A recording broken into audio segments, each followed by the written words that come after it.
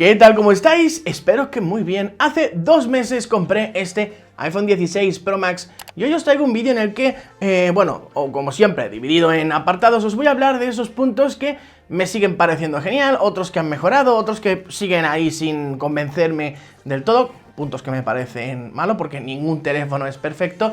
Evidentemente en estos 2 meses no es el único teléfono que he usado, transparencia ante todo, porque en el canal hay que seguir publicando análisis y probando bien las cosas. Bueno, este es el iPhone 16 Pro Max 2 meses después.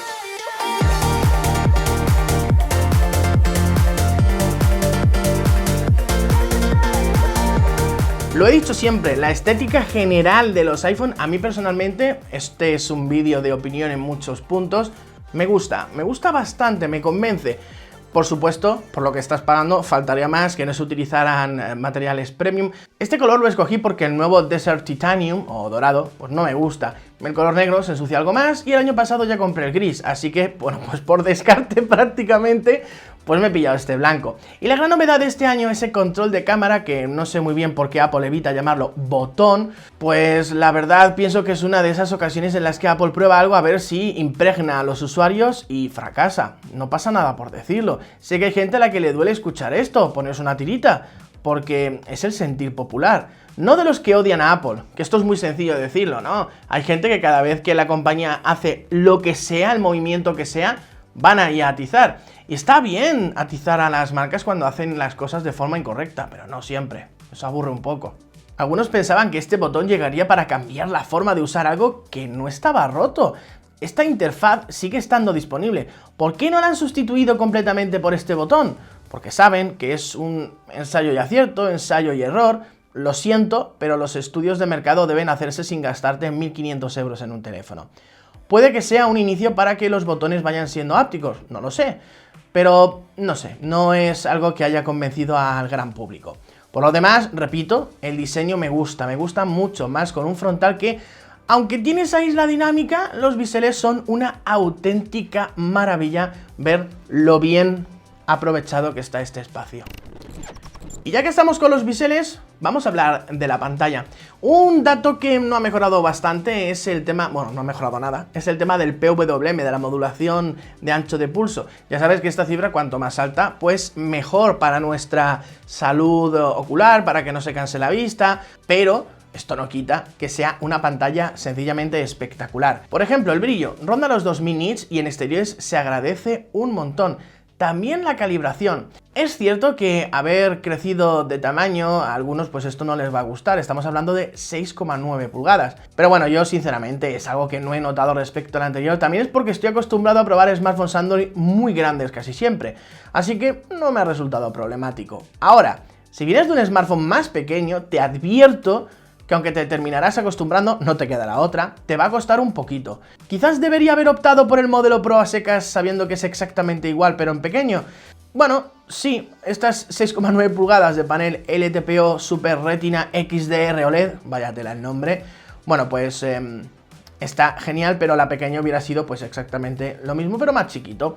Bueno, por tema de pantalla es exactamente lo que estás pagando, algo muy premium, y esperas que un smartphone de esta gama pues te ofrezca algo realmente a la altura, y la verdad es que lo está.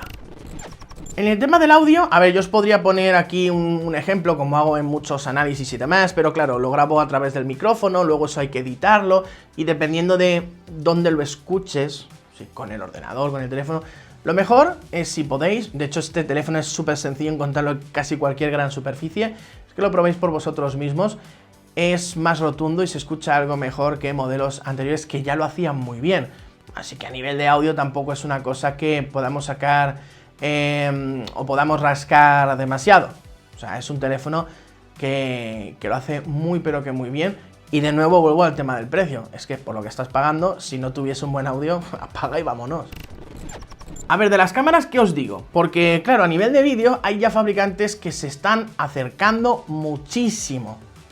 Hablo de Huawei, hablo de Samsung también, de Google y de Vivo. Vivo, de hecho, creo que es la que más se está acercando a Apple. Pero indudablemente sigue siendo el que mejor lo hace. Aquí no tengo dudas. Pero claro, las distancias se acortan. Es bastante versátil en este aspecto, incluso ha mejorado algo el vídeo nocturno, que tampoco es que es algo que utilicemos mucho, ni siquiera era su fuerte. También te digo que, evidentemente, hay que saber sacarle el partido a este teléfono. Luego, en fotografía, siento decirlo, pero la evolución respecto a generaciones anteriores, pues es mínima. A ver, sí hay evolución, pero no se nota muchísimo y vemos a prácticamente todos los competidores, casi sin excepción, dando unos saltos impresionantes. Xiaomi con el 14 Ultra, que creo que lo ha hecho genial. Google igual, Vivo igual, también Oppo y claro, Huawei. Si no habéis visto la comparativa con el Pura 70 Ultra, echadle un ojo, porque deja claro que si no lo hubieran bloqueado, Huawei estaría limpiando el suelo con la competencia. A ver, es así de duro, pero también real. Sería injusto que la conclusión fuese que Apple es la peor, porque no es así. De hecho, probablemente sea de lo mejor que hay en el mercado. Pero repito que la evolución a nivel fotográfico es muy alta en otros fabricantes. Y en este, pues, prácticamente a todos los niveles encontramos algo un poco mejor. A favor del iPhone, sin duda, el rango dinámico, o sea, lo que es el tratamiento de la luz, la interpretación del color, el nivel de detalle. Además, el ultra gran angular es cierto que ha mejorado, me habría gustado algo incluso un poco mejor. Sigue sin ser el mejor en este aspecto, pero nos ofrece algo un poquito más equilibrado.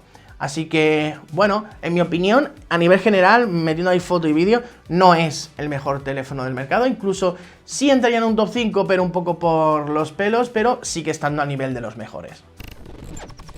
Mi opinión, 2 meses después de comprar el teléfono, es que mi nivel de euforia ha ido bajando, ¿no? Es como un globo que poco a poco se va deshinchando. Y, a ver, esto no es una mala noticia. Tiene una batería muy buena, pero ¿ves lo que están haciendo en la competencia?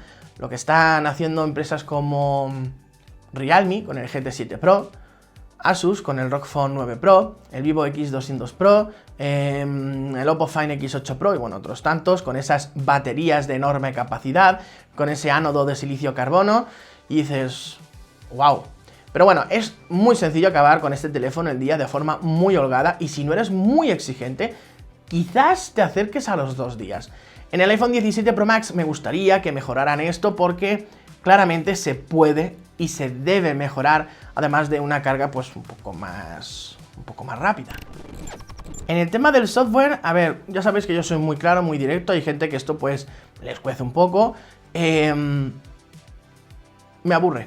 O sea, no estoy diciendo que el sistema operativo sea malo, ni muchísimo menos, pero me aburre. O sea, si tu gran novedad o tu novedad más sonada es poder poner los iconos donde te apetezca y cambiarlos de color, no estoy diciendo que sea lo único, ha habido varios cambios importantes en iOS 18, pero realmente la gente se queda con lo que se queda.